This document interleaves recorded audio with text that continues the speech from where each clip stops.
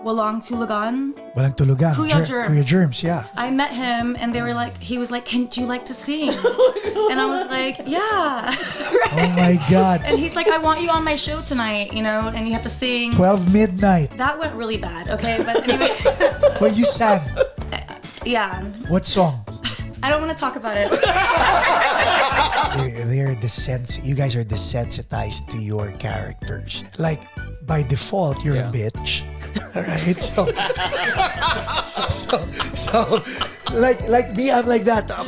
Among the three of us, I'm the bitch. Fair. So if I'm in a bad mood, they just brush it off. It's like, see, am I correct? Am I right, Joe? Like, if he's in a bad mood, you're like, whatever.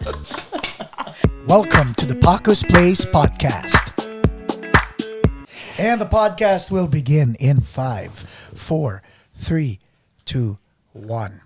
Ladies and gentlemen, parang deja vu, but first time on Paco's Place, Mark Nazal, Erica Juliet, Joe Arciaga, Diwata Komiks. Is it still Diwata? Yes, it's Diwata Komiks and Surreal Art Studios. And Surreal Art Studios. Yes. What changed? Well, really what changed was that when we started, we really wanted to kind of like focus on the comics to expand on our stories, but we realized that people were starting to forget the fact that we had a film component. And so to kind of like just align both our goals, we just made that a part of our centralized naming scheme, really. Just kind of like making it really clear, yes, we have the comics, but we also have Surreal Arts as our filmmaking arm. Where's the focus now? The focus is both. I mean, really, when you think about it, like Marvel is exactly that. DC is exactly that. So let's step back a little bit. A lot of people are probably confused because it sounds like we already know what we're talking about. We don't. So, this is the first. We don't. Exactly. That's true. So, all right. Well, why don't we begin with just general introductions? Because I'm sure the audience is like, what are you guys talking about? Like, who the hell are you? So, why? Right? Like, we totally just. I mean, you're over. giving it away. This is called. Have you played Ridge Racer by PlayStation? Yeah, I played Ridge Racer. What does it say? Rolling Start. I know, right? So that's what we're doing, Start, right? Exactly. So, all right. Hey guys, everybody on the podcast. Like, don't bother asking the question. We'll tell you. But how do you want to start this? You're the host. No, I was gonna say because you mentioned Marvel. Now people know, of course, because I set it up that way doesn't mean there's no social media or anything to bring people to know that this is Diwata Komiks. Of course, yes. And that's why I was asking, what's the focus? Is the focus comics or is the focus film? Because then you alluded to the point of Marvel and DC. Correct. Which they're synergizing doing both, right? Yeah. So I'm gonna let's go back to the beginning. Okay, let's go now. back to the beginning. Now that people are a little more confused. All right, let's go back to the beginning. In the beginning, In the beginning, yes, you were already in Hollywood. Oh yeah, I mean, first of all, I kind of want to clarify. Hollywood is a state of mind. Ooh. Hollywood is no longer just in Hollywood. I think Hollywood is more of an idea today than it is the physical place. But sure, let's call it Hollywood. Let's call it. I came from a filmmaking background in visual effects. Won the Emmy for Gotham. Was a part of Westworld, did Agents of S.H.I.E.L.D., Lucifer, Person of Interest, a lot of Marvel and DC projects. So in theory, yes, I am the comics guy. Has it always been that way? Did you ever? You know what? I think yes and no, because when you think about it this way, right? I talk about this a lot when I talk about me, the team, and everything else, and everyone else. Let me step back a little bit. We just came back from WonderCon. For a lot of people that don't know what WonderCon is the sister convention for Comic-Con. It was really cool because we were on a panel with all Filipino comic book creators, in fact. we have a present for you guys.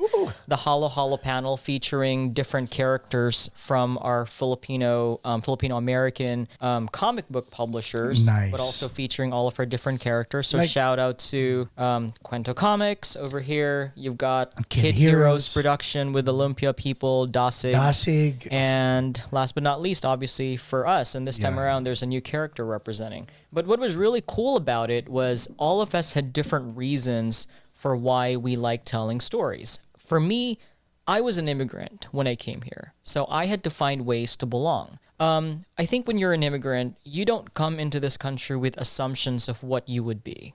You come into this country, your first few years are survival mode, right? So, did I think that I was going to be able to achieve X, Y, and Z? No, I had absolutely no idea. I came here, give or take, $50 to $100, maybe 500 max. I don't remember, but you get the idea. It was practically nothing. I had to figure it out. So the fact that I'm here speaking to you today about what we've been able to accomplish are things that I feel very fortunate to have had the experiences, to have been able to do this with this amazing group of people.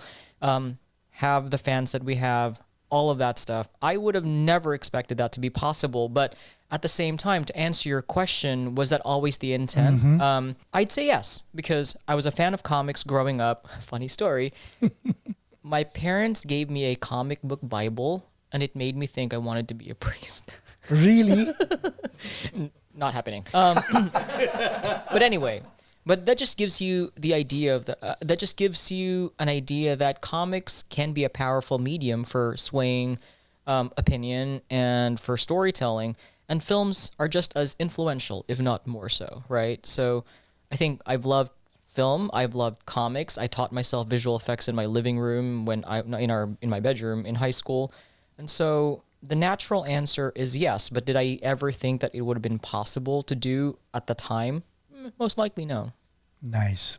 You know what? I just remembered, that's not your accent. That's not your natural. Oh, yeah. So, anyway, for a lot of folks that don't know me, when I first moved here, a lot of the people a lot of my relatives didn't really understand me when I spoke this way. So, within the first 3 years of moving here, I learned the American accent. And I think, first 2-3 years was really awkward because I would start saying things and then I'd revert back to something else. And even though I learned mostly a neutralized accent, I would still say things that were kind of funny. Like I went to Chipotle and I went, hi, can I please get some Chipotle sauce, please? And the lady just like, what? Yeah, I mean, it was the first English that I guess when I switched to English as a primary language, it was Australian. You mentioned the team. You mentioned Comics, the comics, movies.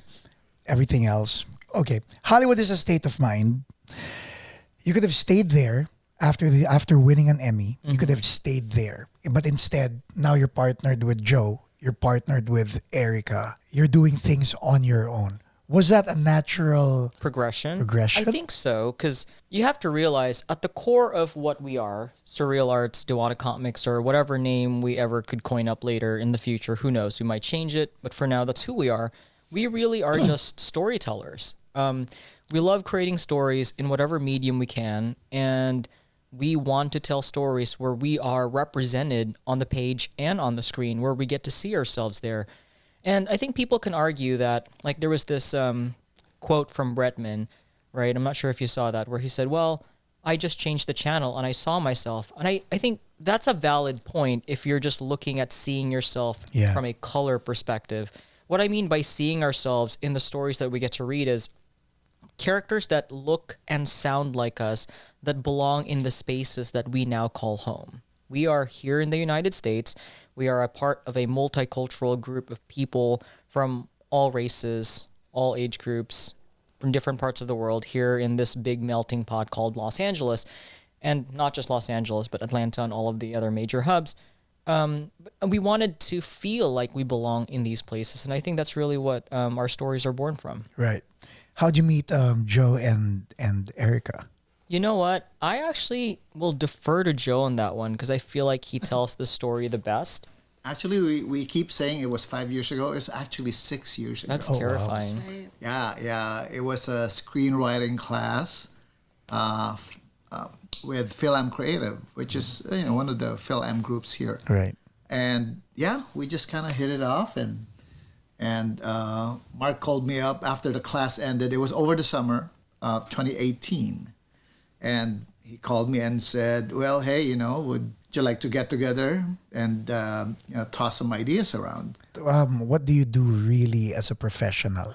I am a very stereotypical RN. Registered nurse. I'm a registered nurse. I'm also a Desert Storm veteran. So Thank you for your service. Yeah. two stereotypes right there. But yeah, so I told Mark that I don't work in the industry, And I said, that's perfect. Why was it perfect, Mark? Because I wasn't looking for somebody who was in the industry. The goal for me at that time was to get to know the community. I did not know the Filipino American community. I knew they existed, but they were like a fairy tale to me. It was like something I read about in a magazine. I didn't know they were around. I didn't know who was in it. I knew nobody. And Joe, like, you guys are not of the same age, I would assume. What made you take him? Not even close. Not even close. What made you take Mark seriously? Hey there, if you've ever thought of sending money to your loved one in the Philippines but figured out it was so complicated, let me introduce you to SendWave. I've been using SendWave for over a year now, and let me tell you that sending money to the Philippines has never been easier. If you or people you know live in the United States, Canada, some parts of Europe like the UK, France, Italy, Germany, Spain, Belgium, and even Ireland, you're in luck because you can send money fee-free to your loved ones in the Philippines. The process is super fast and easy. Of course, you'll need your smartphone and you'll need to download the SendWave app to your smartphone. Setting up and registering for the first time is also a breeze. It's very, very self-explanatory. I'll post a link in the description on the step-by-step method of setting up your account. But then again, once you're all set, you can send money to your loved ones in the Philippines and they'll receive it within minutes. And mind you, this goes to the recipient's GCash, bank account, or cash collect in the Philippines. And because you're from the Paco's Place community, and if this is your first time sending money to the Philippines, when you register, don't forget to put promo code PACO24. Again, that's PACO24. So that when you send to your loved one or your friends in the Philippines for the first time, you get a $20 credit toward your first transfer. So what are you waiting for? Click on the SendWave link in the description for more info and start sending love to your loved ones in the Philippines. For here, for there, for home. SendWave. Now back to the program. What made you take Mark seriously? And okay, I let me even know he had won an Emmy. see. Even the whole time we were taking class together, it was like 8 weeks or 6 weeks or something like that. What kind of Over the class weekend. was this? What class were you taking up? It was a screenwriting class. So no, because you don't have to know that he won an Emmy to know that he's talented, that he has a gift. Did you see his passion? Yes. I actually want to add to that a little something that I'd like to share for a lot of people when working with people from different age groups. That's actually one of the things I'm so proud of as far as our team, not just the three of us, but even our larger collective that I'll talk about later, is we are a team of multicultural, multi-generational groups of Philams, Filipinos, and all that. But what we have is a common respect for each other. Joe could have easily, played the I'm older, I'm right, listen to me, and he never did that. And to me, that was so refreshing.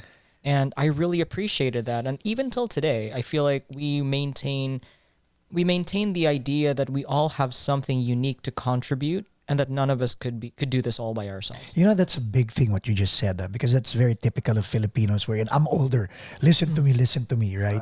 Yeah. I mean, if Joe did not play that card, that's really a good thing. It means he looked up to you. Yeah. And I think I appreciated the just mutual respect for everyone. Yeah. And if anybody ever tried to say, oh, this team member isn't pulling their weight in the same way, I will correct them in a heartbeat. Because I will argue that everyone brings value in small ways and in big ways.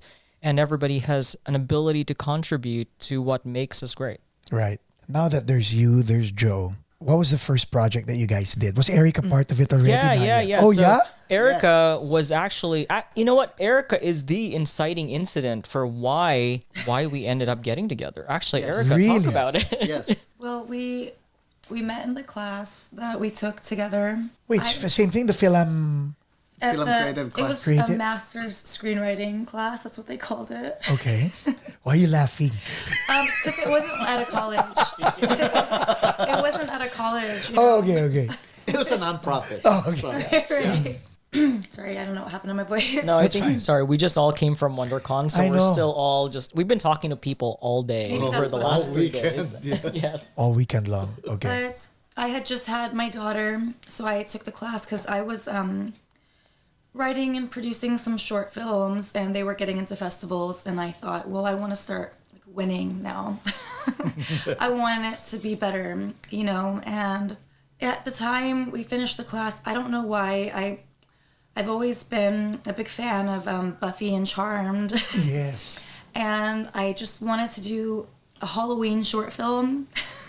I had this idea, you know, just something fun, you know. And I was at this film creative event and talking to a bunch of people about my idea. And Mark was giving a presentation on visual effects and what he does with his job. And I had no idea what it was. Wow. I thought half of the stuff that he showed me was makeup, or, you know, I didn't even really know the full extent of what visual effects was at all. And I was blown away by his presentation. It was, I mean, the stuff he does is cool. And somebody was like, well, who's going to direct this project? And I was like, I think he should. Did you not see his presentation? Like he should. Like, well, yeah, because okay.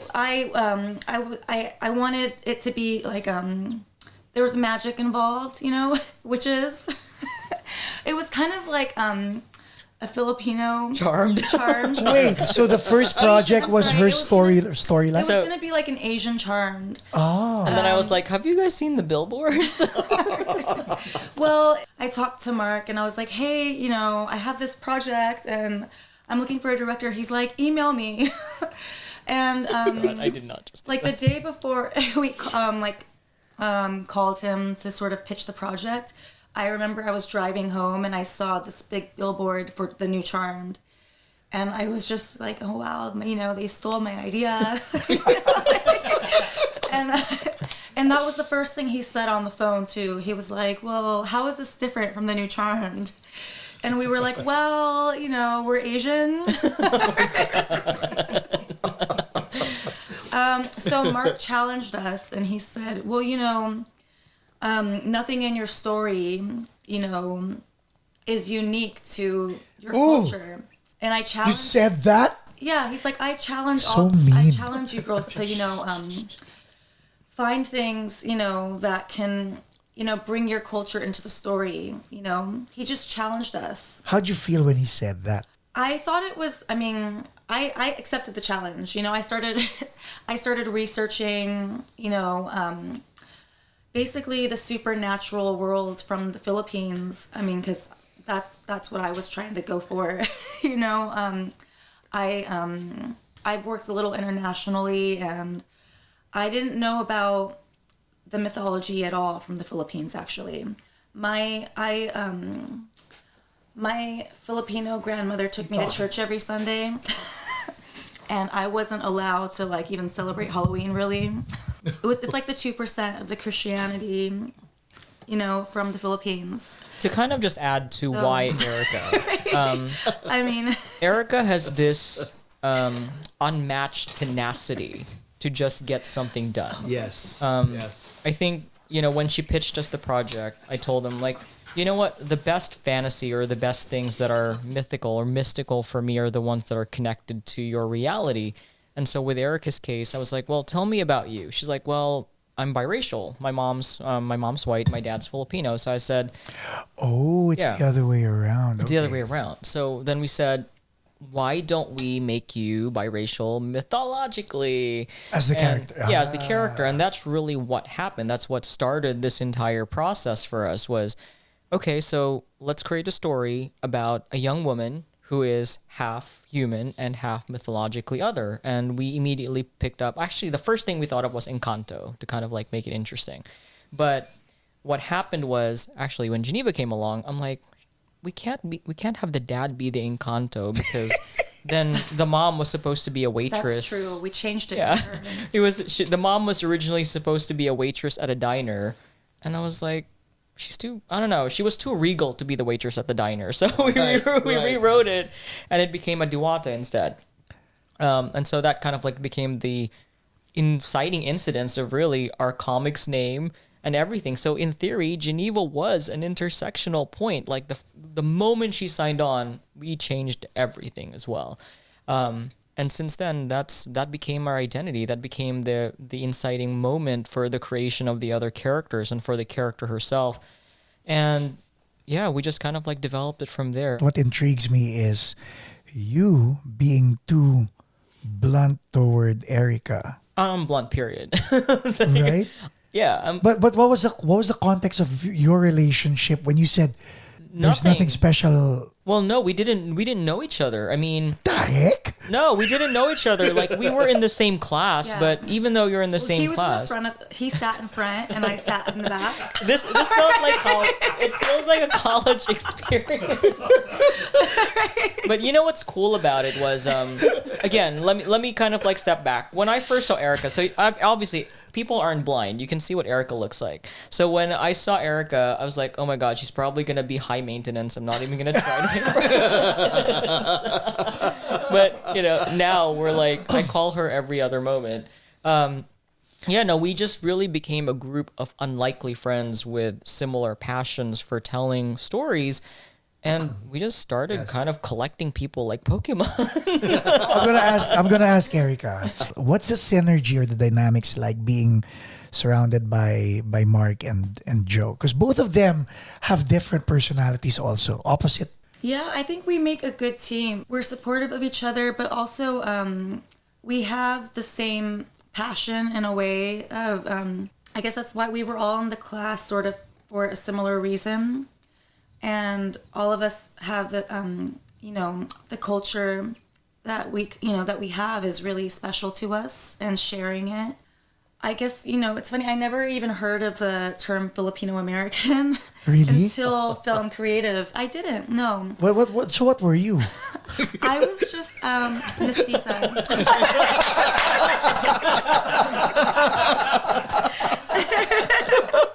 Fair enough. Basically. But you know what? Like, I think what Erica's trying to say is we all found ourselves at an intersectional point where we were looking to represent who we are as authentically as we could.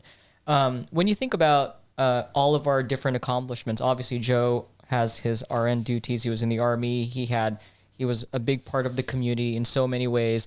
Erica did modeling in Bali and a little bit in Manila, but she also had her own successes in her own way. I had my own successes in my own way, but what kind of got us all together is we were now looking to grow beyond where we were.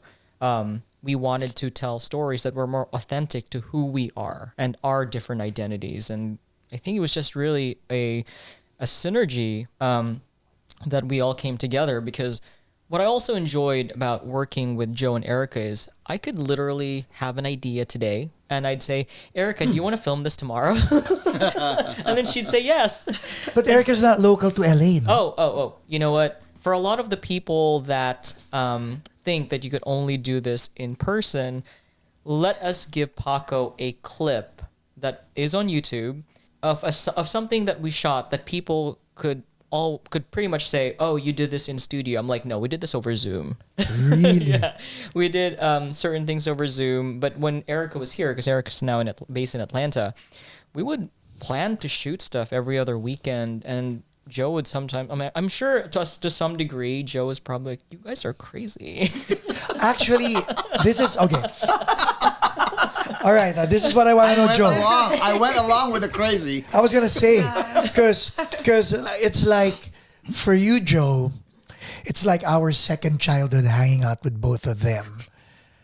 Right? Yes. It's like a game. I agree. But what I want to know is, because the three of us, me, Michael, and JJ, who are behind the camera, when it's just the three of us, we geek out. Mm-hmm. we're nerds. Like super nerds will talk about and laugh about anything.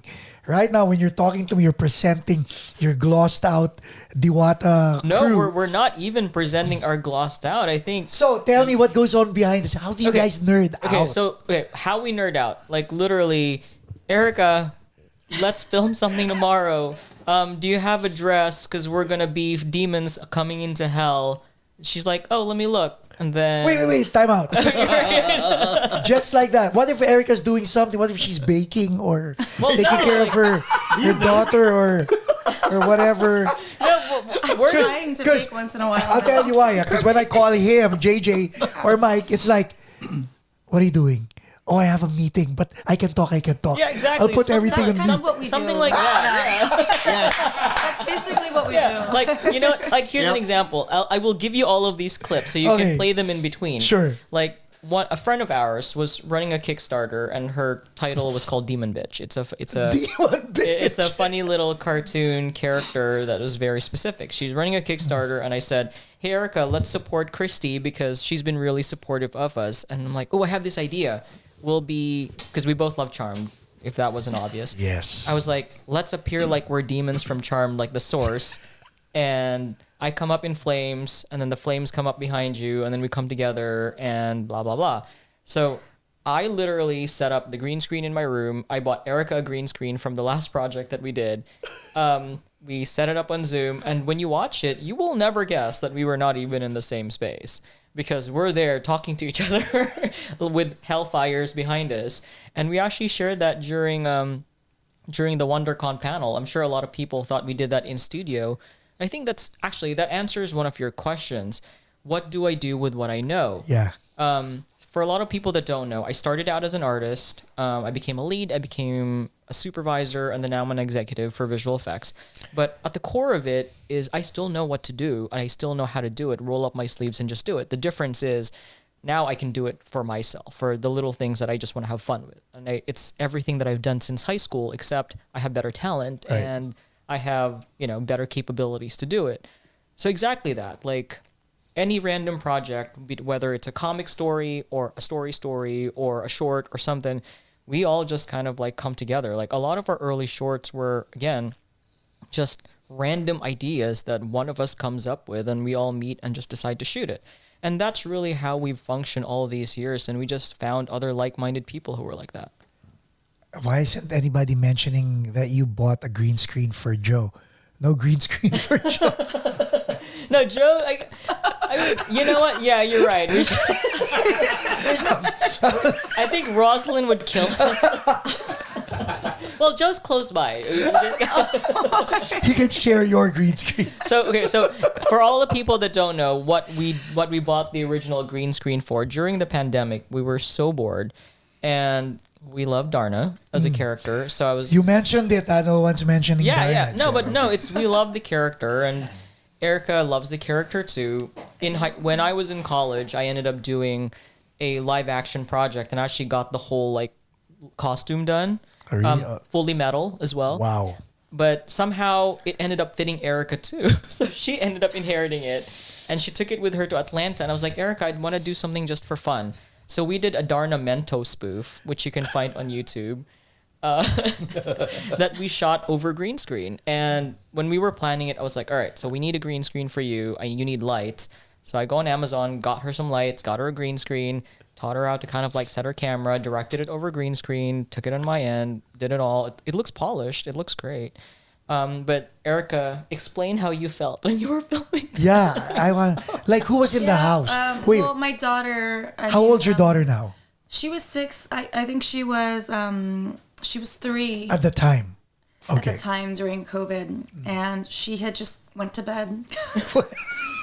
And I clipped up my little green screen and put the light on, and I felt ridiculous. Of course. I mean, I had my computer on my desk over there, and then this She's in little costume. tripod, and I filmed it on my phone. And I was like, right here, Mark? He's like, yeah, like that. And yeah, I looked crazy. I bet. I don't know how Mark worked his magic to make it look like I was somewhere else. And edit this, You know what? See, or how I even like, I was like, okay, if you say so, if this shot's gonna work. Wait, can I show it to you right I don't now? know how, I have no idea how he even directed me trust, right? from Zoom, and then my tripod's right here, how he even knew. Well, okay, so I'm pretty sure a lot of that came as instinct when you're working in this industry. I think I really encourage people to, no matter what your profession, have fun in everything that you do, because life's too short, quite frankly. Is this on your? Oh, it's on my phone. Yeah, I can. No, find but it. but is it on your? Is it on YouTube? It's on YouTube, On your account? on my account. You want to look for it? No. So that way the audience can also see it. Sure. Just Right? like literally find me at MarkFX411. Let's watch it. Let's watch it with let's the watch audience. it. Just for fun. Like, I'm sure you can kind of like cut it in, right? Of course. Oh my God, Erica's gonna kill me. No, because trust is at the core of your relationship. If Mark tells me, "Okay, Paco, I'm sending you a Tarzan outfit. I want you to," Well, you should. I'm like, "What the heck?" The actual footage compared to it is pretty sad. Because I'm supposed to fly, right? And Mark is like, just sort of jump up, And I was like, and put your hand up and look at the sky. And So this is the process. This is the processed video. Here, let's see. No. This is not the process video. This is actually the full thing. Okay, let's see.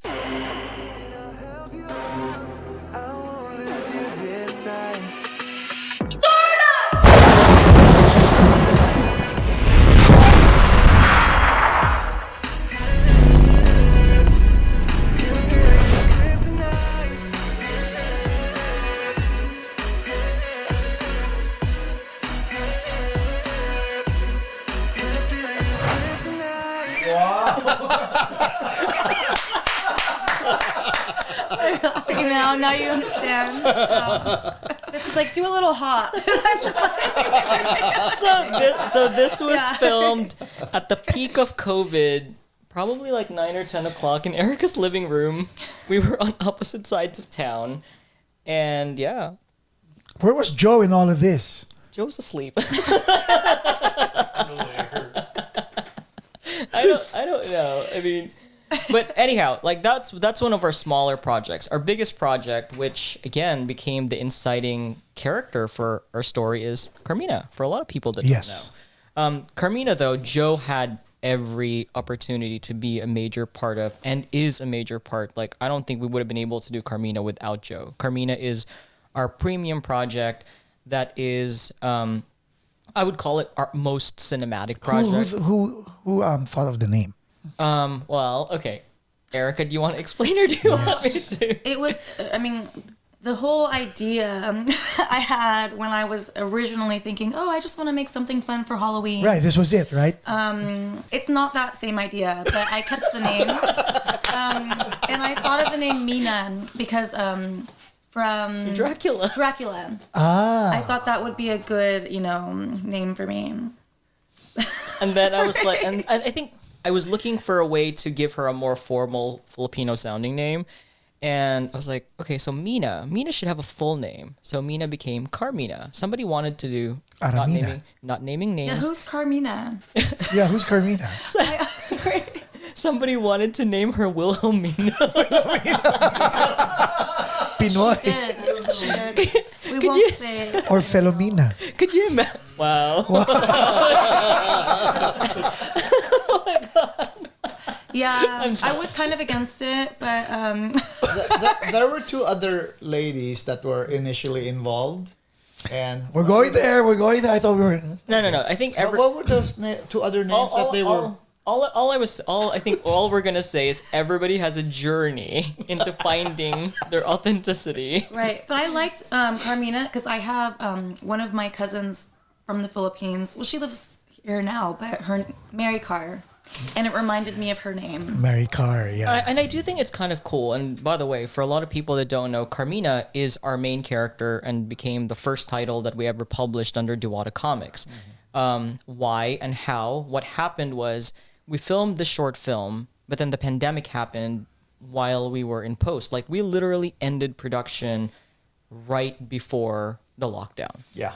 And so what happened was we were all at home. We wanted to expand on the story and do other things. And so I saw this article on Esquire Philippines about this artist in the Philippines that seems to be making it not making it big, but getting recognized for his work. His name is Roland Amago, so find him on Facebook, Roland Amago. Roland's work was featured, and I was like, I should reach out. So I reached out to Roland, and sure enough, we got along really, really well. It was supposed to just be a 5-page companion comic to the short film, but we loved it so much that 5 pages became 22. Wow. 1 issue became 2. And then we start. And Joe actually had this wild idea. And by the way, this is where Joe comes in, because I did not want to start a comic book company because I already have too much to do. So I actually thought about it. I was like, all right, so maybe we could call it Diwata Komiks in my own head. Never mentioned it to anybody. And then Joe goes like, what if we make our own comic book company? And I'm like, Wow.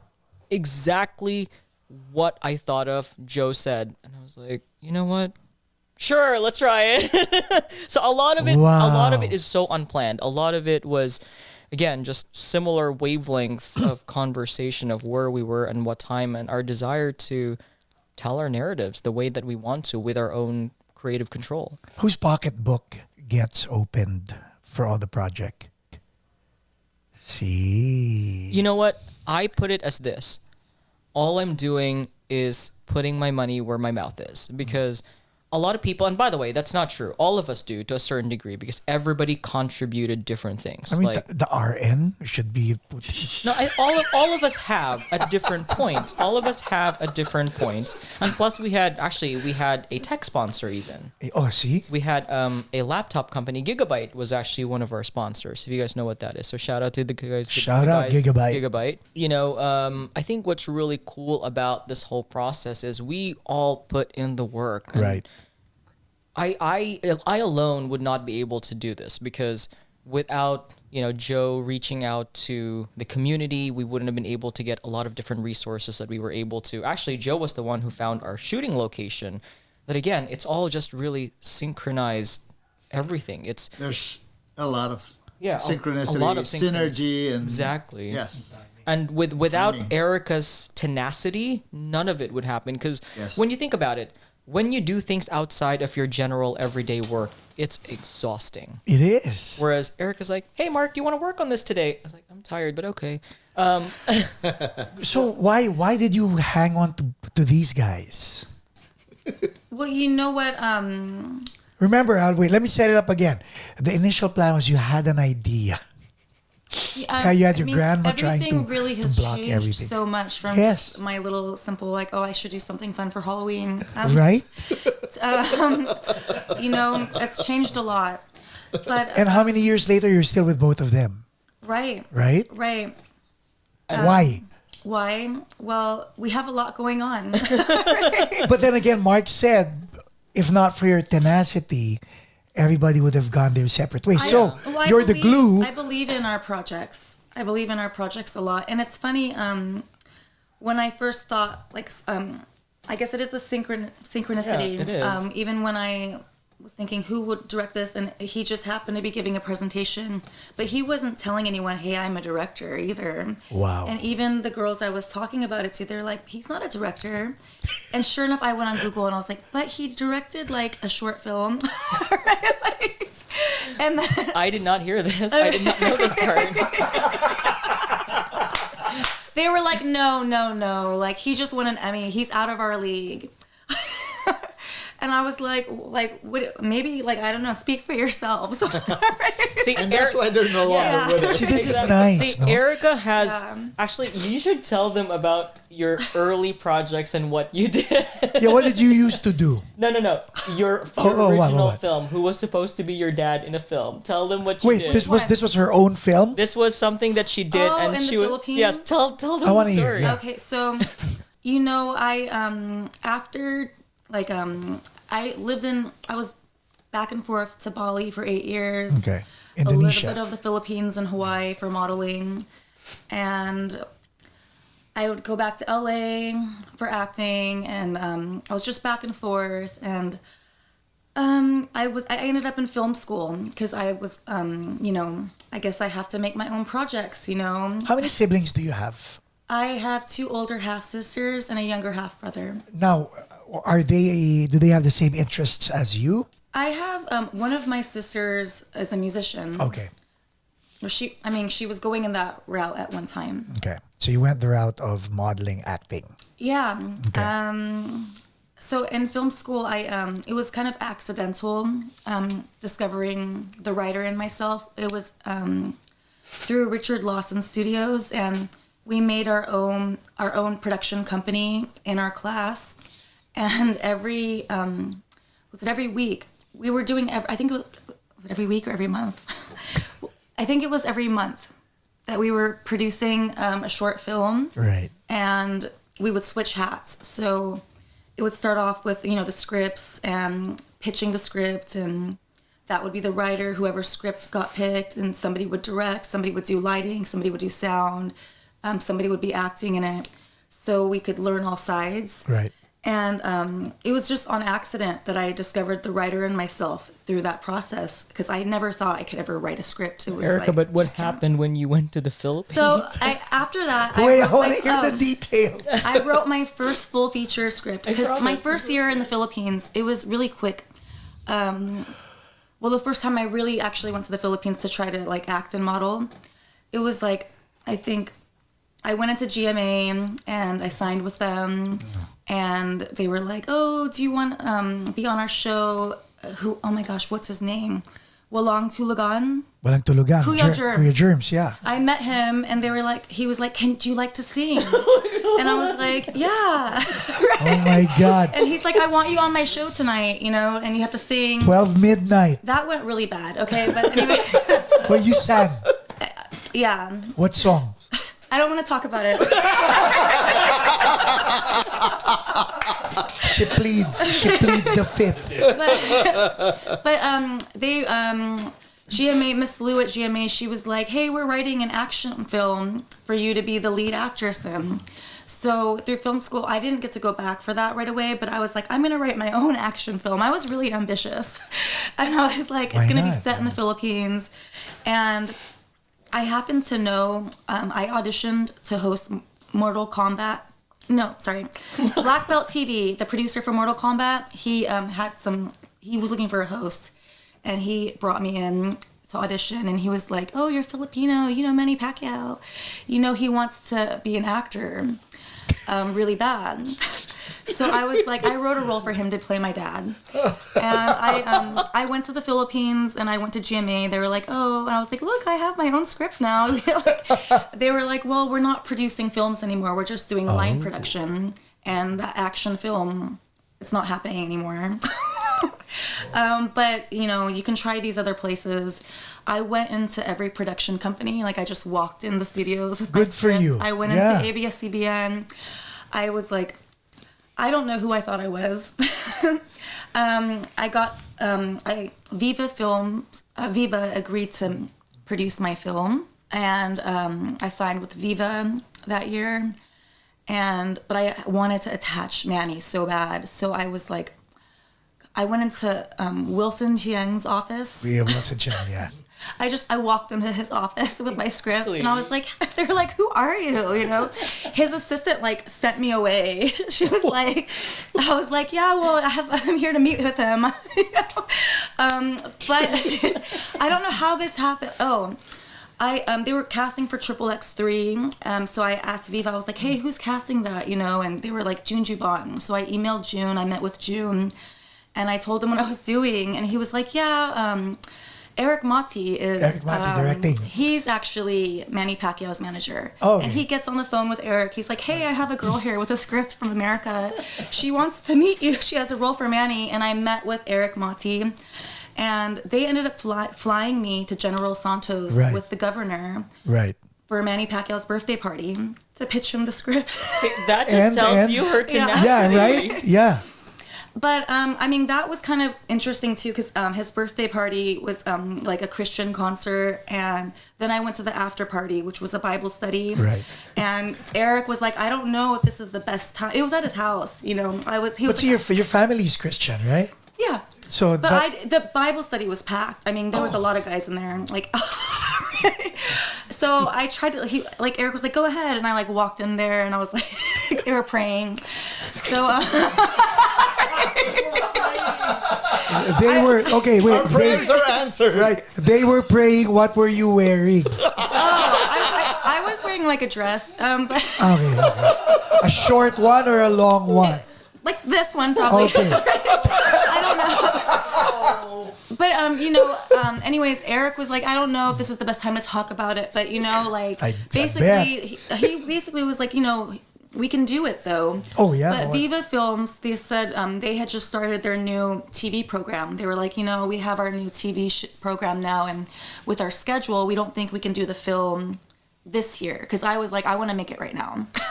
See, I think yeah, going back to everything, Erica just has this natural fearlessness to her that I think I don't even have. So all of us really add an extra layer to each other. Like, so for me, I tend to be a little bit more reserved and calculated. Erica just goes for it, and I think we learn from each other too when it comes to that. I'm beginning to understand why. You know why? Because like both of you are like both of them. She reminds me of Okay, me. there you go. Oh, really? Yeah, because I'm the guy going, Yeah. and like I'll be bugging, but it's very rare that they bug me.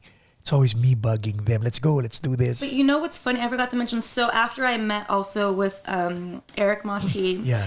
he set up a meeting for me with Wilson like the next day. Again. So I walked back into the office and the secretary was like looking at me like, oh my God, she's back.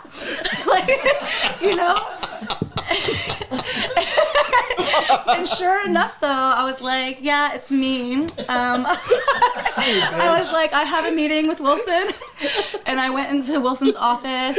I was crazy. He was like, I handed him the script. I was like, yeah, I know Manny wants to act. He's like, well, he's kind of busy right now, like doing like, trying to run for president. So the president was at the birthday party. Wow. Yeah. How did that end? Well, okay, so it ended with June was like, Viva was like, you're free to look for other producers right now. Ouch. If you want to still do it right away, because we can't do it this year. We'll still make it, but like we can't do it right now. We know that you want to. So June was like, so he basically told me that he would attach Manny for me and that he could produce it with Philippine film studios, but we had to raise the budget from 1 million to 5 million, and that I had to like raise half the budget. So I sort of gave up. I didn't give up, but like I was kind of like, okay, I need to raise $2.5 million. Dollars so or I pesos? sort of went back Wait, to LA. wait, dollars or pesos? That's a really good question. You didn't ask? I assumed it was US dollars. But I think that we could actually have done it for the pesos. Right?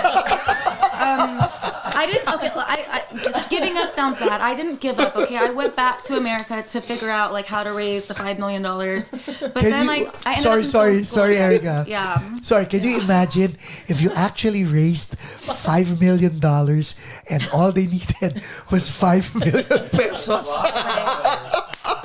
Right. Okay, anyway. Okay, so I'm still working on, developing that side to me, but I have like a real artist mindset, I don't really I don't know. It's just not natural to me. Business stuff like that, I'm very creative, I think very abstract. I think Joe actually grounds us on the business I was stuff. gonna say. Right, he does. Yeah, Joe, I think Joe and I balance the grounding of the business stuff. Yeah, but you're harsh. I mean, is he? Oh, no, I am harsh. Like, I think people say, people say I'm typically suplado in general. Yeah. I mean, I think for me, it's a protection instinct. Like, you work in this industry, everybody wants something from you. So you tend to be like, okay, what do you want? Mm-hmm. Like, that's my... How do you say it? What do you want? Like, that's what you... I would have said nothing. That was scary. I had to make him repeat it. Okay.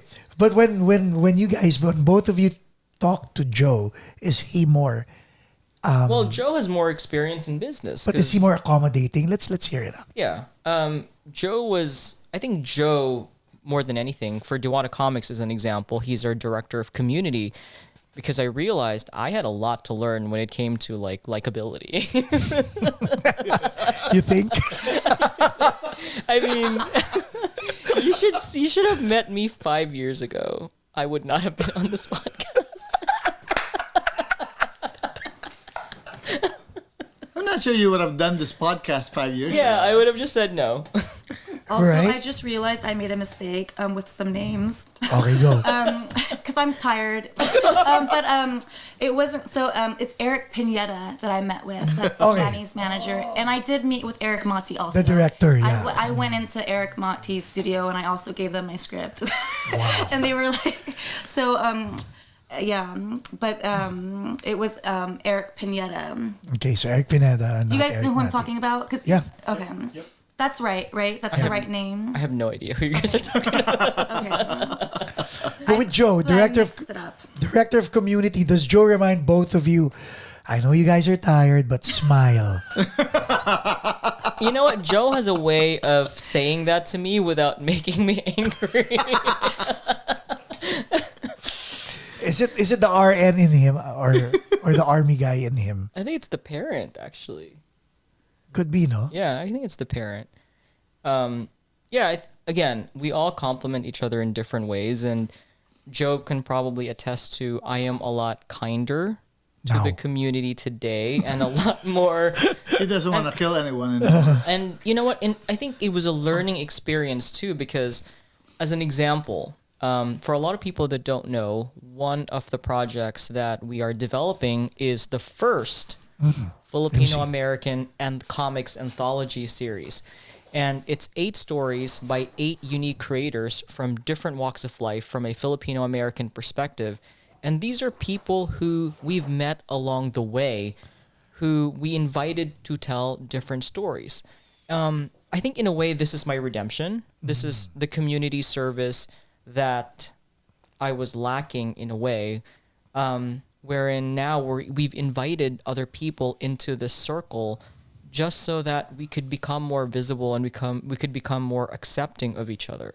And really realizing that even within our communities, there's just so many amazing storytellers, no matter what industry they're in. Not all of these people come from an entertainment background, just for your perspective. These are people who we've met in the community who we just thought, wow, you could be a new icon. That's why it's called New Icons. It's because we are now in this place and in this space where we believe we could become the heroes of our own stories. And again, if not because of Joe, we would have never been in these spaces to even have made these discoveries. Amazing. Now, with regard to you guys mentioned the what was that? Oh, I said thanks, Mark. Yeah. Oh, it's true. No, it is. But okay, all of us are witnessing this still in its infancy, right? I'm very excited about this. I mean, especially if it starts going into the film aspect. That's the idea. I mean, when you think about it, the fact that one of those characters already has her live action version in development, I'm fairly certain most of those characters, for me, I don't want to do a live action. I want to do animation for him. And I've just seen the panels come from the artist. Shout out to Arthur Cabezas, amazing artist. I can't wait for everybody to see Anton's story, because when I saw that, I was like, no, this is not live action. This is animation. That's why Surreal Art Studios, because we are growing beyond where we started into really admitting that we want to do more. I mean, when we're at the conventions, people go like, you should do a game, you should do this, you should do that. I'm like, hold your horses. We're only, we just started. Everybody wants us to do like 20 million things instantaneously, but that's flattering. It is very flattering, the fact that they even think that we could just do that. People tend to forget we're only a few years old as a company. Pandemic years old. Yeah, I mean, I always say, while people were making bread, we created a comic book and film company. Oh yeah, that's what they were doing. When people were trying to sell food during the pandemic, you guys were doing this. Yeah. So this was born from that boredom, in a sense. But not just that. I think even if the pandemic didn't happen, I think it would have happened one way or the other. Yeah. But I'm so excited because, again, with all of these people that we've now got along the way, our circle has grown exponentially to include other people from unique backgrounds whose stories are just so enthralling to me, and I invited them because, or we invited them because we were so enamored by their own stories as well. Like a good example, as a quick example, Lynn Pacificar. She is an actual Filipina shaman practicing in Los Angeles. And I was like, that's cool. If I were a big company, the natural instinct would have been, ooh, let's research her, let's write a character like her, and then let's put that under our banner. But I didn't feel like that was right. I wanted her to tell the story, driven by her perspective. So New Icons is really, again, 8 stories. First person. First person. So they're, like, for instance, Lynn's tattoos, those are her tattoos in reality. Wow. I mean, they're just glowing in the comic. How about the powers? Who creates the superpowers? Every single individual is in control of their stories. Every single. Who's your character? So my character Who is, are you there? If you didn't guess, my character is Anton. So What's your superpower? my superpower is I have the ability to manifest reality, but I have zero ability to control it. Oh, wow. So he's a character that always gets into trouble because whenever he instinctively wants to do something, he manifests it, but he doesn't know how he did it. And then he doesn't know what he just did. So sometimes he could create something that literally just makes everything so much worse for him. So now he has to figure out a way to get out of that. Because why did I create that? Because that's what my experience here was like. I just found myself in these like really strange places out of nowhere. I'm like, how did I get here? Like, what was it? Like, as an example, when I first came here, when I first moved to the United States, From Australia, I got sent to a fake school. And I didn't even know that was possible. The paralegal at that time thought, Oh, I don't. oh yeah, you want to do graphics, here's a school. And so she sent me to a degree mill where people go there, write their, sign up their attendance, and that's it. So for definition, a fake school is for student visa. Yes, exactly. I was a for student people- visa yeah. holder. Student visa holder. You just go to a perpetuity of endless academic Mishaps. units. Yes. And Yeah, that's what my character is about. Different mishaps over time and finding your way around that and really figuring out your life. Because that's really what I had to go through when I moved here, was trying to figure it out, making a mistake left and right, and then just trying to correct that. Whereas Joe should be the one to then now talk about his character. Yeah, who are you in the... Actually, this character is not me. I based this character. People always think it's me. It's this guy here. His Okay. name is Chaplain Luke. He's half Diwata and half demon. So Oh, he's always Demonata. always. You should see his preview in Carina issue 2. He does a cameo? He does. I'll show you. Oh, actually, I have one in there. Okay, wait. I So, wasn't even that prepared. so what inspired you to do that character? Okay, so this character was based on my 2 lolos, my 2 grandfathers.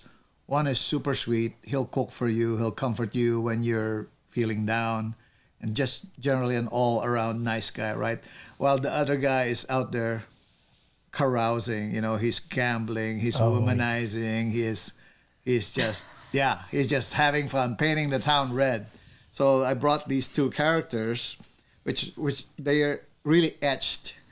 A lot of my core memories are from these 2 guys, and combined them. So it's always about that internal struggle in everyone, about being good, Yeah, good and bad. being bad, Yin and yang. Oh, but also tell them that it's from a perspective of, I think one of the things that you said to me that was really impactful was, for people in our community, after you reach a certain age, you become invisible. And I think that's an important thing to add. Yes, yeah, It's true though. Is that what's the power, by the way? yeah. Well, Invisibility. good point. I'm paying attention. Well, because he's half demon and Yeah. he's half Diwata, he can heal, but he can destroy. He controls fire. He's almost like Superman, but in a supernatural way that he can't be harmed by steel. Or What's his bullets. weakness? Yeah, his weakness is women. What's Anton's weakness? Himself. Wow, you guys have complicated No, you know what? characters. Everyone is complicated. Everyone. People need to remember that. Anybody that says otherwise is totally lying. What's yours? Oh, this is the Wrathborn goddess. That's you. It's what happened. Mina becomes the Wrathborn goddess. Okay, so She has anger issues. It's funny.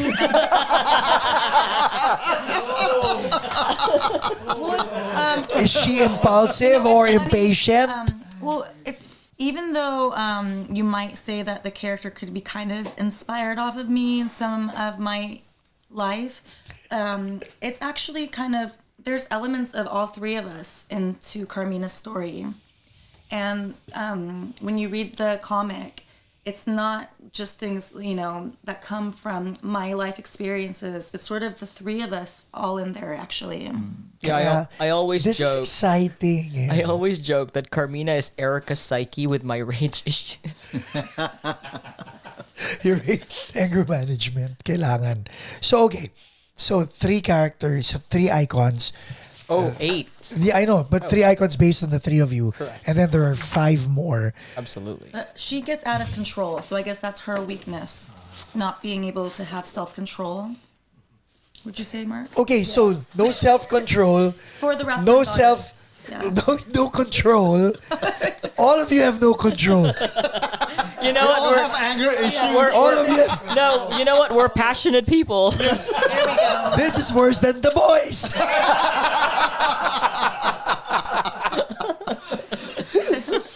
But this is nice. Oh my God, what's the banter? Who have you figured out who hangs out with who? You know what? A lot of people ask us that, and people always ask us at the convention. So are these the new Pinoy Avengers? Not Power Rangers, Avengers. Pinoy Avengers. I'm like, no, because No? they're different age groups for one. Yeah, you guys are different age groups. Yeah, for different one. age groups and different character styles, different Like you, the 3 of you. yeah, different rendering styles.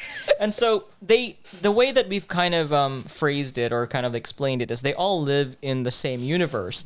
But if Anton is 17 and Carmina is in her mid to late 20s, she'd be Tita Carmina, or Yeah. you know what I mean. He probably wouldn't really get along with her. I was gonna ask you. Are you gonna? Is that part of the I script? don't know about this. But she's immortal, so she doesn't age. Right. So do both of you call Joe's character Kuya or Tito? No, they haven't met him. They haven't met him yet. No, they haven't. So everybody has their. Okay, I'm getting. Wow. We're really just creating different stories for different people based on different experiences. And well, Oh my because they God. live in similar universes, like as an example, for people that, pick up our book when it comes out this year, in the anthology, Anton finds himself in a nightclub and he sees some of the icons dancing, but he never interacts with them. So So cameo. yeah, cameos. I mean, although in the cover for issue 2, which Joe has, there is a preview, or at least like a potential scenario where Carmina and Chaplin are duking it out, and Divina is protecting the people in the town, and that just kind of gives you an idea of the potential dynamic. Because when we created Carmina, there was never an intent. Yeah, there was Nice. never an intent for an expanded universe, and when we were writing her, it was really more meant to be a supernatural drama of rage. One of our inspirations was Carrie, as an example, and then Erica wanted to add in some of the Enchantress and all of that. So the character at its core was really an anti-hero, and so we thought, well, it might make sense that in this universe she is the greatest threat. As an example, like she is our first character, but she could also become the greatest threat.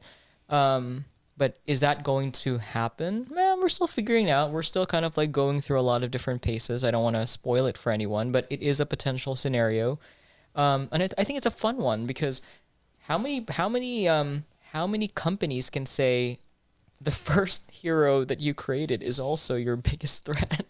Right? Yeah. Like is the first creation a hero or an anti-hero? You know what? She's right? neither. She is just somebody who is, vulnerable to herself. She's just somebody who's going through life, and I don't think anybody's really good or bad. I think you have your good days and your bad days. It's just her bad days are magnified. Okay, so we're talking about icons. Yeah. What we haven't talked about are the iconic villains. We have not gotten there yet. So for a lot of people that don't know, a lot of what New Icons is an introduction to the worlds of these characters. We didn't give a mandate as to whether this is an origin story for everyone. Like for some of the characters, it happens in the middle of their journey. It will serve as a flavor palette for the stories of these characters when they finally do have their own individual titles. To us, it is a soft reboot for the universe because it allows us then to expand our roster of characters and really get to define the idea that even though the bigger world may think we're one people, we're really very complex individuals with varying degrees of story, experiences, and a lot of different elements that make us who we are. We're not like one experience. We're a people of multiple experiences. And what we want to do is, again, validate who we are here. Who index card the characters? I do. We are looking to release that once we have the entire roster because everybody's been asking for it. Right? Yes. That's amazing. Like at LA Comic Con, at San Diego Comic Con, at WonderCon this last weekend, people have been asking. So, like anything in development, I'm sure you all know that things, take a lot longer when you have multiple things going on.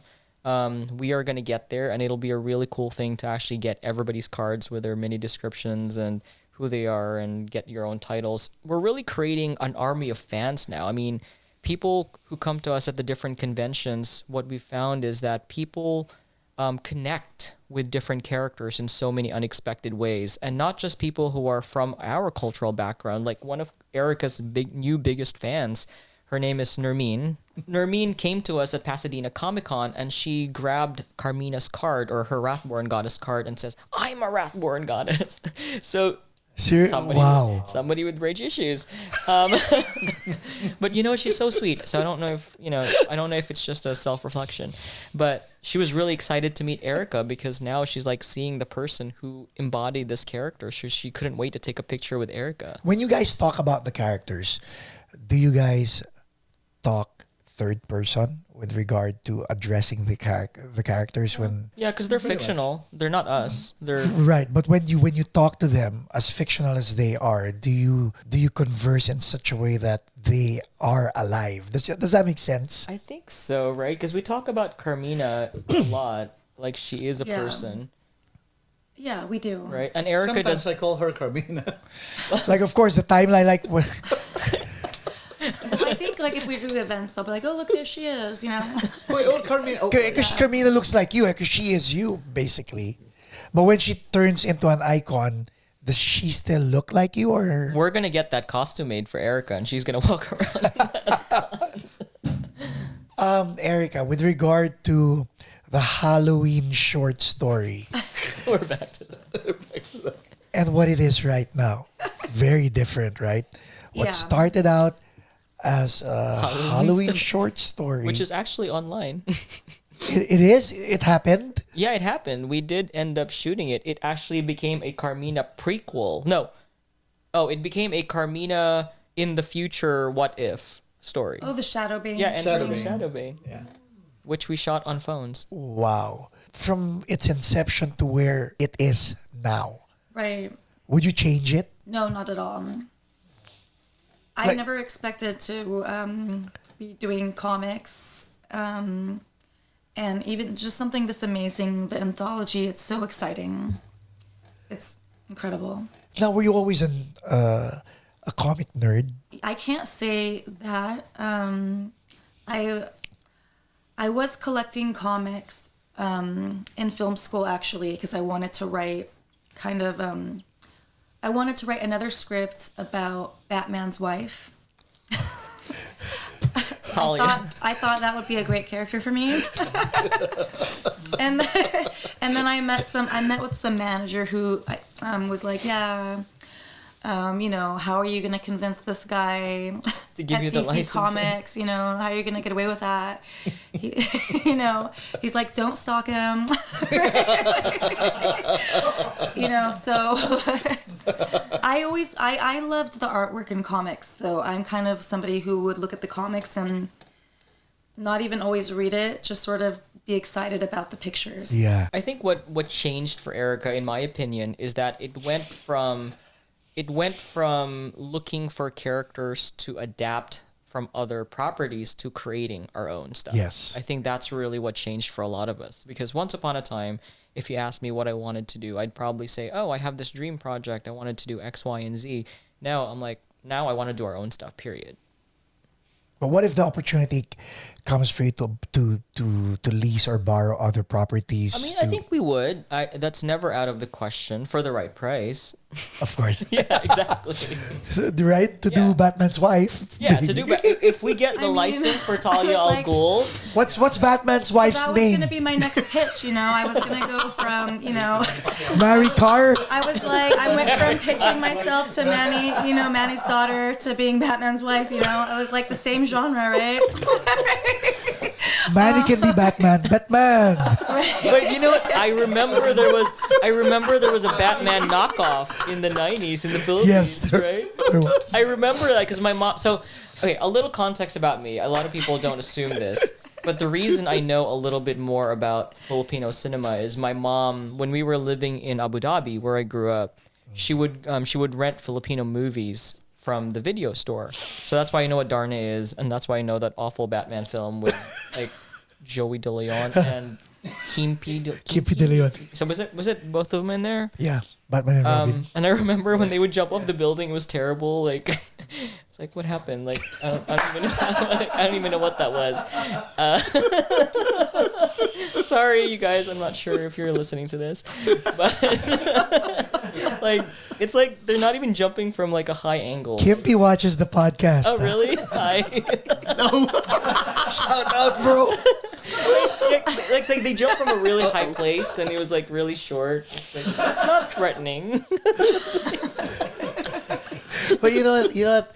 As funny as it is, right? It takes guts to actually do it and No, pull I it agree. off. I agree. And I think Joe knows this. Whenever I become critical, I step back and say, at least they did it. Yeah, Yeah. right? How about you, Joe? Were you a comic fan?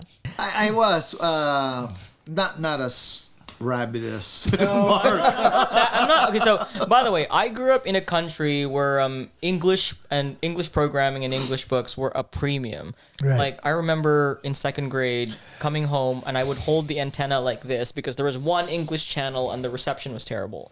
So when I got comics, I wasn't able to form a bond like the kids here, because we'd get like one issue and then we'd never know what happened because Right? who knows how they import stuff. Like, Yeah. so to answer Joe's question, I'm not a rabid fan because I was never allowed the opportunity to, because it was all scattered. Like, I'd get one and then I'd never know what the end of the story was. I'd go to Alta Vista, if you remember what that was. I and know, see. yeah. yeah, that was kind of the way I, with US comics, because, I don't know if you guys ever did this back in the 70s, or, well, may not be as old as I am, but, when I was in grade school, you would go to the Canto comic, where you rent the comic book. Yeah. I saw that. You give them like 50 cents. 50 cents, 50 centavos. Yep. And you sit there, it's a then makeshift read little it, library, and you uh-huh. read it. And then when you're done, you go up, you pick another title, and then give them another, There was a funny comics Yeah, in the Philippines. yeah. Yeah, That's nice. how I was introduced to Yeah. Superman and Batman and the Flash and all these, Believe it or wonderful not, I had the first Superman comic book. It was this big. Wait, what? Yeah. I just Where do you have it? I destroyed it It's probably as a worth kid. something today. I know, right? I also had the first X-Men graphic novel. Wow. I destroyed it. Like I didn't know to put it in a plastic, and Yeah. I would, like, to Joe's point, I would read it. When I'm done, Done, yeah. I'd throw it away. It's funny, like when we're at the conventions, a lot of people, like especially if they're comic book collectors, they'll actually go through the different versions and pick the most pristine one, Right. bag it. They might as well get a glove, Right. because they're so like super careful. And I We think had they- some people come to our booth, today? Like this last weekend? I think in past conventions, they would actually like be very careful handling the books, and they want it in a bag and a board. I think there's the idea that there's a potential value to it eventually. When you think about it, right? When you think about how a lot of the comic book companies started, Stan Lee was selling comic books from the subway station Yeah. back in the day. Teenage Mutant Ninja Turtles started as an ashcan comic at San Diego Comic-Con in I forget what year. So the fact that we're here with a premium feeling comic book series and the ability to produce it, speaking at the different conventions, having a film, is a privilege. And I acknowledge that. I acknowledge that not everybody has that ability because it's not cheap either. It is. It is very let me borrow. Oh, it is very presentable. It's like you need to put it in a sleeve, just read it and then keep it. I think the goal for us was to create a title and a body of work that could sit right next to shelves, and you wouldn't you wouldn't necessarily feel the difference. Actually, you do, because we made them extra special. Yes. But we've had our books, at different comic book stores, and the point of it is it feels great. It feels great seeing your title right next to Superman, Batman, and other stuff. It's a dream come true. I know that sounds cliche, but even right now as independent publishers, it really does still feel surreal. Let's talk about the convention. Yeah. Whose idea was it to go to?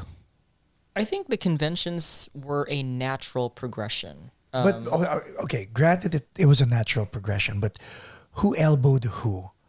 All of us, because again, if it was just me, I would just collapse and die. I was gonna say, but were you all ready for the convention? No, we were not ready whatsoever. I remember the first convention we ever went to, believe it or not, was San Diego Comic-Con Special Edition. As publishers or As publishers. Oh wow! The first convention. Not even as spectators, No. as publishers. No, the first. I mean, I went in prior years, but Right. when you're just a spectator, you go there. It's very relaxed. Sure, it's like hyper stimulating, but you're not really thinking of 20 million things. Correct. The first one we ever attended was Comic-Con Special Edition, and I remember Erica and I were there just smiling because we didn't know what to do. Were you in costume? Erica was Darna. She was wearing the costume. Or Darna. I was in costume. Were you Ding? We made a joke about that once, that he was going to come as Ding. I would just look ragged. Right. That's terrible. No, I did. You know what? The first few years, I felt very square. I wanted to take it very seriously, but it wasn't until like last year that I started goofing off. Last year during San Diego Comic-Con, I was Sub-Zero. I actually did dress up as Anton. Wow. And then I did Star-Lord. Oh, really funny when I did this. Star-Lord. It was really funny when I did Star-Lord because I went back home and there was a party. And, in the party, there were people of different age groups. And somebody who's a little bit older goes like, wow, I didn't realize you were joining a biker gang. And they didn't know you were Star-Lord? No. They thought you were part of a biker gang? They were like, I guess you're into biking now, huh? How about you, Joe? Who were you dressed up as? Well, actually, during the cons, I think I dressed up as one of the Star Trek Oh, yeah. captains. You were... Okay, this is interesting. How old are your kids? They are probably just a little younger than Mark and Erica. Like maybe Do they still live with you? No. Good thing, right? they're Can you early- imagine on a weekend they see you going out of the house? Well, when we launched Diwata Komiks, I think now it's normal, but it's go normal ahead. now. But the first time, but When- your wife when we say, launched Diwata Komiks, Yeah. I dressed up as a priest. As chaplain. Because as chaplain, my character's name is Chaplain. So my wife was like, look, I don't know whether to kiss you or... to bless you. How about you, Erica? Was your daughter fully aware that you were going to do this? No. No, Her daughter's a bigger geek. she is. But it's I love that she's getting raised in this. She's so lucky, that she gets to be around cool stuff like this. Comic-Con Special Edition, she was 3. And I remember I was so stressed out. There's some video I rewatched recently from that day, and I'm like smiling, but I hear like her crying in the background, and I'm like, but like even though I'm smiling, I was like, oh my god, like, stop crying, And I was like trying to take pictures with people, and she was like, I want my mommy, or she would, like, that's what she did. Or she was crawling under the booth, you know. It was really embarrassing. But now she kind of gets it, and she's proud of me. Like, her daughter gives feedback on the character. And she wants to go to everything, and she wants a costume for everything. Isn't that nice? It's so nice. Do you think she'll follow in your footsteps? We'll see. We'll see. I'm trying to coach her right now. To, you know, I'm like, yeah, you know, if you want to be a pro surfer when you grow up, we can go on surf trips all the time, and you can homeschool. There you go. So that's my parental conditioning. Wow. Partners, like your partner, what does your partner say about you doing this? Oh, so yesterday I had my hair sprayed red. He goes like, What did he say? "You're almost 40. What are you doing?"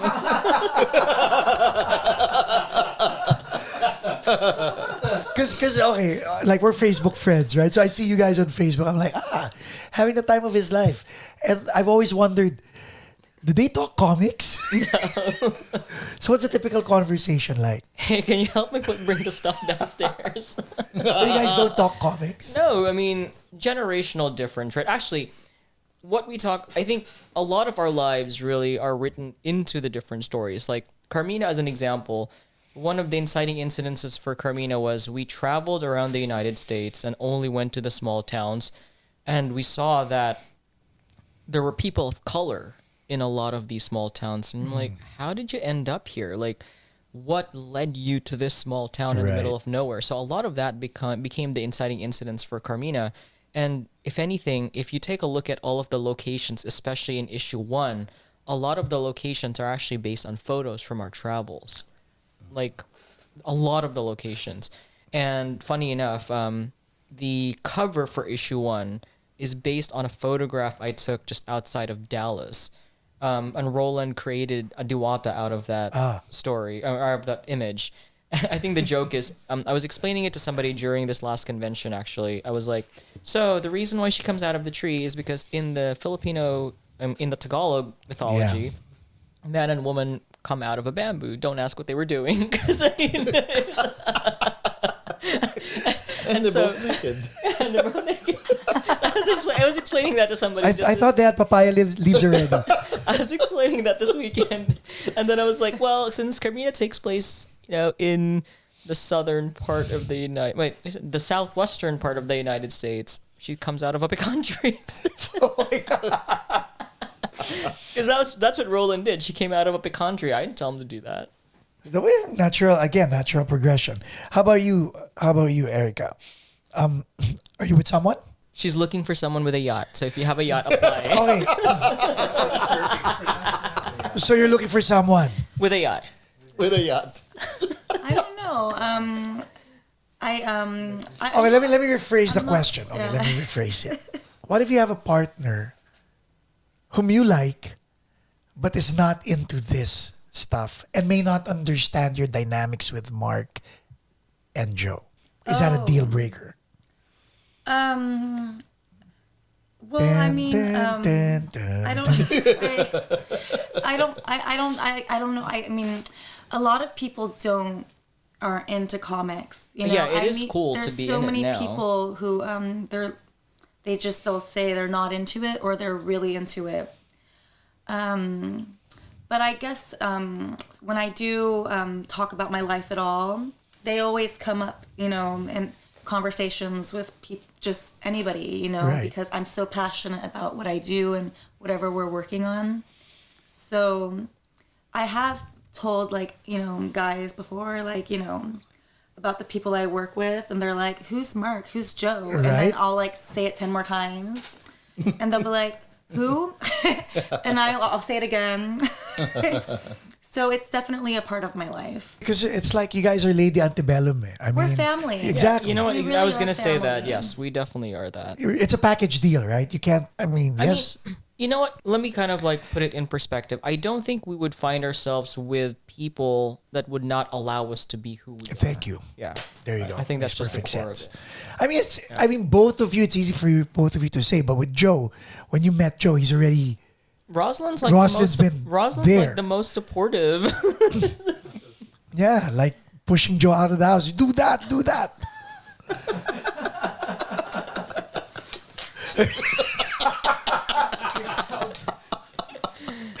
Right? No, but really though, I think all of our partners and family members have been so supportive during this whole process because they see what we're doing and they see that we care about it. And I think at first, I'm sure with Roslyn as well, our significant others probably thought it was strange and what's the point. But once they've started seeing the attention and the feasibility and the possibility, I think a lot of that has changed, right? In so many ways, more than one. Like as an example, the other week or a few weeks ago, I was at a Netflix event, not a Filipino event. I was at a Netflix event for Avatar: The Last Airbender. They were the show hadn't premiered yet, and they were promoting the show. I remember very distinctly. I was just in the crowd, and then somebody goes like, "Excuse me, are you the creator of Carmina?" I was like, "What? Wait, what?" Because I wasn't expecting that. Wow. We were at a Netflix event, not a Filipino event, not a comic convention, but somebody recognized me from the crowd about Carmina or for Carmina. That just told me, doesn't matter how it feels right now or when you're so tired, keep going because you're probably doing something right. My takeaway from you guys, to be honest, is it's true though. Sometimes we have ideas. One's going to shoot it down. You could have easily been offended by what he said. You learned from Joe. You could have easily brushed him off because you were Mr. Know-It-All, right? And then you're doing something that all of you believe in. And hearing you guys talk about it is infectiously exciting. Like even for me, Paco, there's no new icon like you yet. But he got the womanizer down. But there's volume 2. We could use another one. No, reformed. So, but my thing is, it's a blessing, and I hope people pick up on this, Mark, because like. You can't do it alone. I love Erica's tenacity. I love your skill set. I love his coolness. I mean, just the age, not for anything else, but the maturity. I mean, it doesn't take away from your angst. It actually refines it. Yeah. Both of your dynamics doesn't take away from her tenacity. It enhances it. Yeah. and the whole product speaks for itself. I mean, even the time that you guys spend on this, you guys coming to the podcast, and everything happens for a reason. Really, she doesn't have her voice. I mean, this is actually a deja vu. I'm just happy you're back. Yeah, no, like you said, I do believe everything did happen for a reason, and I wouldn't change any of it. Right? And you know what? I tend to be skeptical in a whole lot of ways, but the longer we go, the more I believe that something comes out of it. So, funny story, before the strikes, Carmina was already on a track to development. We're talking about the writers' strike, The right? writers and that actors happened strike, last year. correct. Yeah. She already had a creative executive in Hollywood attached to her who was looking to market her to certain studios. We were already getting to that point. Clearly, right now, there's a bit of a challenge in the industry because there's a lot of overhanging results from the last instance. We are in a challenging time in the film and television industry. But I think once things kind of calm down, that'll be back again on the table. But more so than that, I think we're stronger than even where we were. And for every year that we do this, we get better, we get more refined, and we find partners along the way who can't seem to believe that we're doing this. Like, actually, there is a person who I'd like to refer to, somebody who met us recently. I think this person was skeptical of my story because he probably thought it was too good to be true. Because as I talk about it, I talk about it like not like nobody's business. I talk about it like it's all just matter of fact, and it may seem all like it's just contrived and connected, but the truth of it is, it's all true. It's all collected experience. And he even said, "Oh, I want to check out the rest of your team." I'm like, "Go ahead. I don't own them. Go talk to them. They'll tell you the exact same thing." And I'll reinforce that once again. As we grow, the stronger we get as well, because different people lend their different talents to the growth of this organic entity that we call Diwata Comics and Surreal Arts. And I'm excited to see where we go from here, because we've already gone so far, and in so many ways, I was really scared to even start. Yeah. How do you guys fight? You know what? We've had 2 disagreements, but it's... Wait. Between who? You and who? I think... Why am I assuming it's you? No, I think all of us have... Look, we all have the ability to get butt hurt. Of course. Right? I don't know what the instances anymore were, but I think the core of it is we've developed a maturity enough to understand that it's not worth it, and we bounce back very quickly. Or maybe they're you guys are desensitized to your characters. Like by default, you're a bitch, right? So like me, I'm like that. Among the 3 of us, I'm the bitch. Fair. So if I'm in a bad mood, they just brush it off. It's like. See? Am I correct? Am I right, Joe? Like if he's in a bad mood, you're like, whatever. You know, we get like, I over. think Mark is really upset and overwhelmed, and he was like, he'll get over it.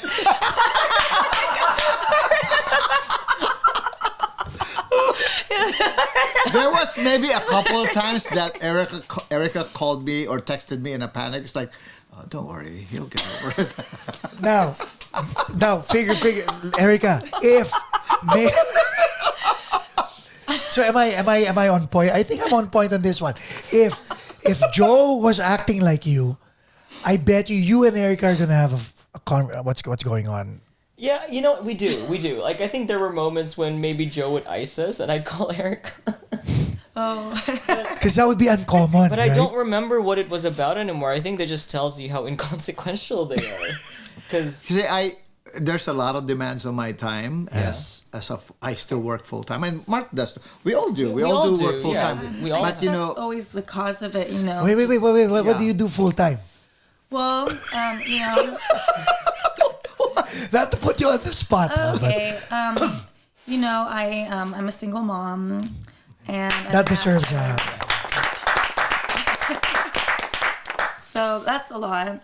And I'm an actress, and I do a lot of gig work, you know, like modeling, dance, and I'm on a dance team in Atlanta, so we perform sometimes.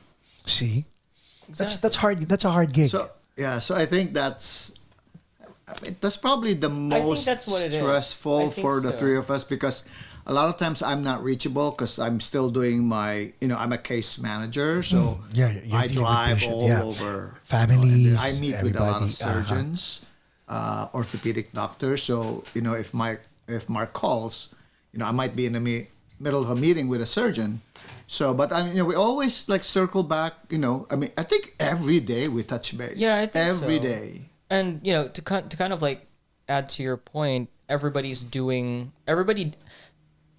does this not because we need to, but because we want to. Amen. Right? We want to. So regardless of what's on our plate, we find a way to connect because it does matter. I was telling this on the panel. I was saying this on the panel yesterday. I think for all of us, it really is us putting our money where our mouth is. Yeah. Depending on whatever effort we put into it, because everyone really does contribute something to it. Amen. Yeah. You know what? I'm gonna go on a tangent here because I want to give a shout out to Erica. Single motherhood. That's not a joke. It's really a full-time job. Now, single motherhood and you have a steady gig is easier than single motherhood and having to hustle for your day to day. And that's very, very commendable. Thank you. Hats off to you, man. Thank you. Is there an icon for that? Is there a single mom icon? You know what? That is up to Erica, because for think you every single character that we do, I only advise. I do not tell anybody to tell their story. What if Darna was a single mom and Ding was her kid?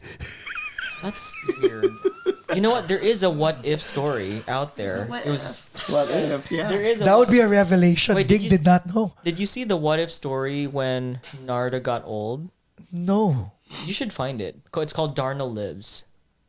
Is it on YouTube? No, it's a comic what Oh, if. okay. But Narda's in her 60s. And Ding is in his I don't know where Ding 45. is, but she has kids Uh-huh. in the story. And, you know, she gets chunky.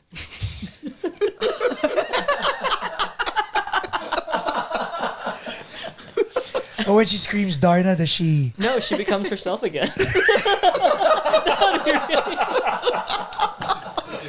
That'd be really weird. I mean, that's another what if. Oh my God, Mark.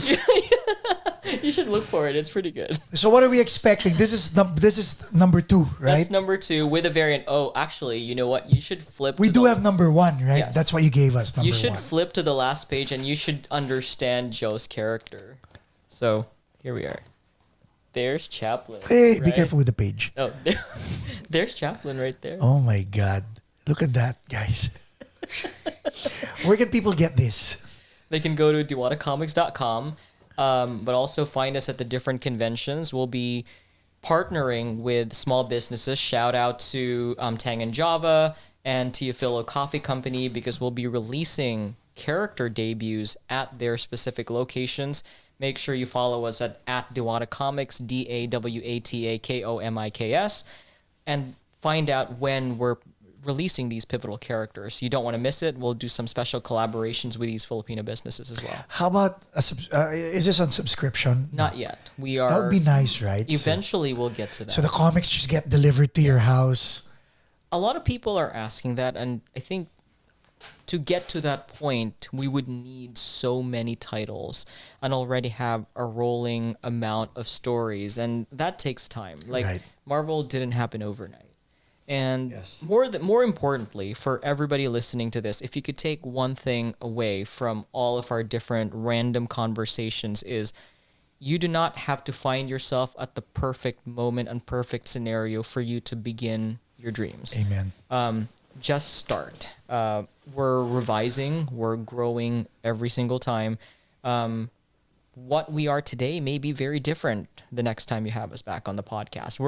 Our conversations the first time we were here were completely different, if you could recall. Yeah, I do, because now, especially when you said soft reboot, I'm like, in my head, while you said that a while ago, I'm like, oh, we're doing that now. Yes, we are doing that now. So yeah. I Go want to ahead. add to that. Yeah, you know, please. what- I'm what gonna ask Mark both of you. said, because about waiting for the right time to do what you want to do. I mean, 5-6 years ago, I made a decision to just expand my world and take that screenwriting class, which if I hadn't done that, I wouldn't be here. Right. I would not be here.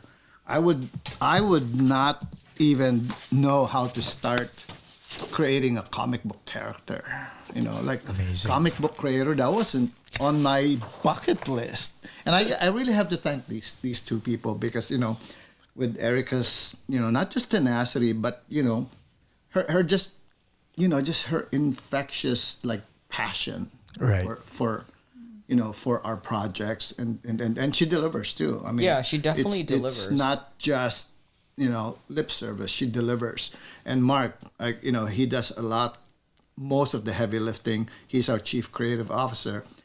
If he didn't encourage me to write, because I used to write for like little these newspapers, Philippine newspapers, more of a journalistic style. And 21 years ago, I was one of the founders of the Phil-M Chamber of Commerce. But no one comes up to me and says, "Hey, you're the founder of this or that." But now, Like three times in just in 2024, people have come up to me and say, "Hey, Diwata Komiks." See, It's like it's mind-boggling. It's surreal, hence surreal arts. No pun intended. But Erica? Right, and I'm so happy that Mark had challenged me that day to, dive into my culture more, because I didn't think a character with an original kind of, I guess, superhero kind of character was possible. I thought, or not superhero, but just supernatural character, to me anyways. I mean, I always, even when in the writing class, before I even, we had a group once and we were talking about things we were writing. And this is one of the first times I spoke to Mark, and I was telling him, I said, I have this idea. I don't remember. I have this for a character, and it's the superhero genre, and I just, I have her story, but I can't think of original powers. Everything's been done before. It's always witches or vampires, werewolves. I can't think of anything original. And he's like, what kind of powers? And I didn't know that this is the guy that, like, when a TV show or film needs to, like, Right. come up with powers or what it looks like, he's the guy that creates that. Yeah. I had no idea. I thought he was just, like, some 18-year-old kid that was, like, in this class. But it's really, and both of them, even the story of Maria McKeeling. Yeah. Joe brought that, Joe actually. brought that. Really? Yeah. Oh my It was God. from my experience as a Boy Scout in the Yeah, Philippines. yeah. And they would tell us, "Oh, don't go," because we were at No. the base of Maria McKeeling, Mount McKeeling, and they said, "Don't go there. That's No. where." Maria McKeeling is there. Yes, yeah, and you'll disappear. Mm-hmm. Right. I didn't think it was possible to, I guess, bridge the gap, because I thought I had to go to the Philippines if I wanted to be a lead character, because I just identify with that. And growing up in LA, I'd go to auditions and they'd be like, "Oh, you're Filipino, aren't you?" And I'd be auditioning for, Hispanic Yes. or white or Chinese. I think everybody. Chinese? Well, yeah, I mean, things are changing now. It is getting more diverse. Okay. But growing up here and pursuing acting since out of high school, it was a lot more challenging. Okay. How did it feel when he brushed you off? Well, to be fair, I didn't no, just wait, brush wait, her wait, off. wait, wait, There were hold three on. of them. Okay, wait. Mind you, Mark. Because I'm trying to empathize now, and I'm trying to just put myself in her shoes. She probably thought of this, no pun intended, of this script as her baby. You know what? I never thought about that. No, I didn't actually.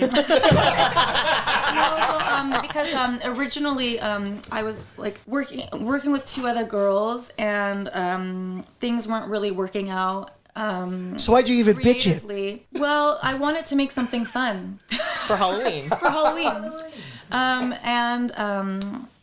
I knew I was like, I want to work with Mark. I was like, he knows how, I mean, I'm writing something with magic. I'm like, who could be better than him? And But did you feel it was special? I did, but I liked See, it when that he was my challenged point. me. No, okay, actually. so you, If- you felt it was special, you thought it was special, you knew it was special, and then when you went, you garbage. No, No, I didn't say I that, actually I understood what he was talking Okay, about. what did he say? Tell me, what did he? I think Well, yeah, he that was it. He just challenged us. I didn't take it as a brush off. Actually, the other girls kind of did take it as a They brush did. off. They completely did. They were offended, and I was like, well, he didn't say no. He challenged us. But so it sort of, that's why it sort of changed to like we separated the characters and changed things, and See, it's this is- completely different now. This is your personality, because even when you went to Wilson Cheng, when you went to Eric Pineda, Eric Mati, like you didn't see that as a brush off. You saw that as a reskin, Yeah, or an opportunity for another day. basically. God bless your heart, because that it's not easy. It's not easy getting rejected. Oh yeah, I mean, Yeah. at the panel, we were asked, what was the one piece of advice that you took during this whole process of creating your own IP? And I said, actually, it's something that I've always done, but I've never acknowledged it until rehearsals for the panel. And one of the women, actually Waverly from Cuento Comics, go follow them as well. Waverly said, my mom always said that no is not an answer. And I realized that's all I've really done during my career. Wow. Is every time somebody told me you shouldn't be doing that, I would just do it anyway. Not to be rebellious, but because I felt like it needed to be done. 2 years later, the same people that told me not to do something were the same people asking me to fix their stuff.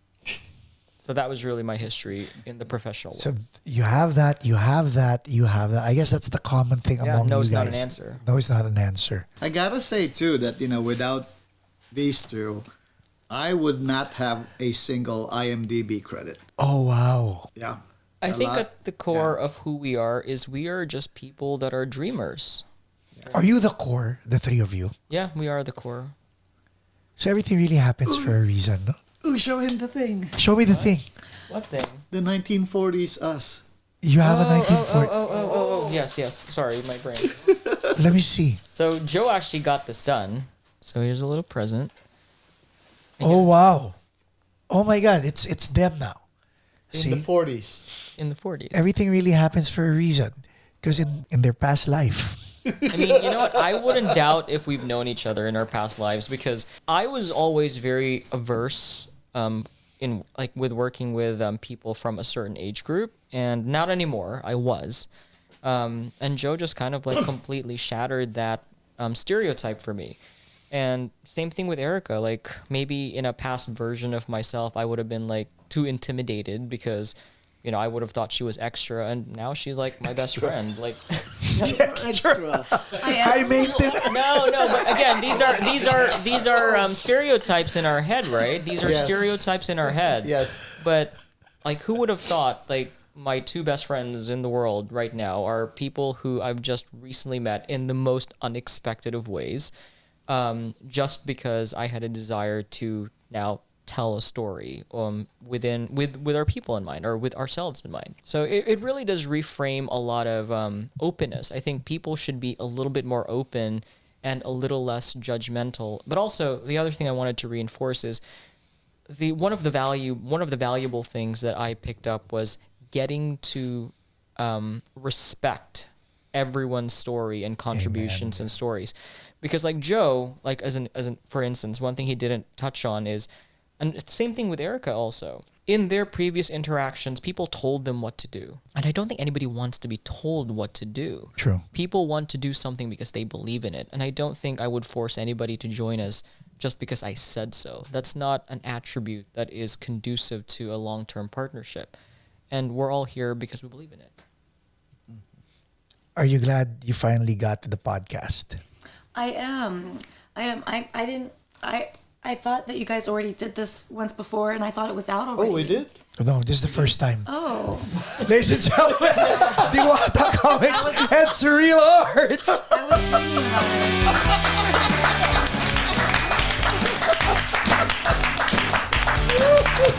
Joe Arciaga, Erica Juliet, Mark Nazal.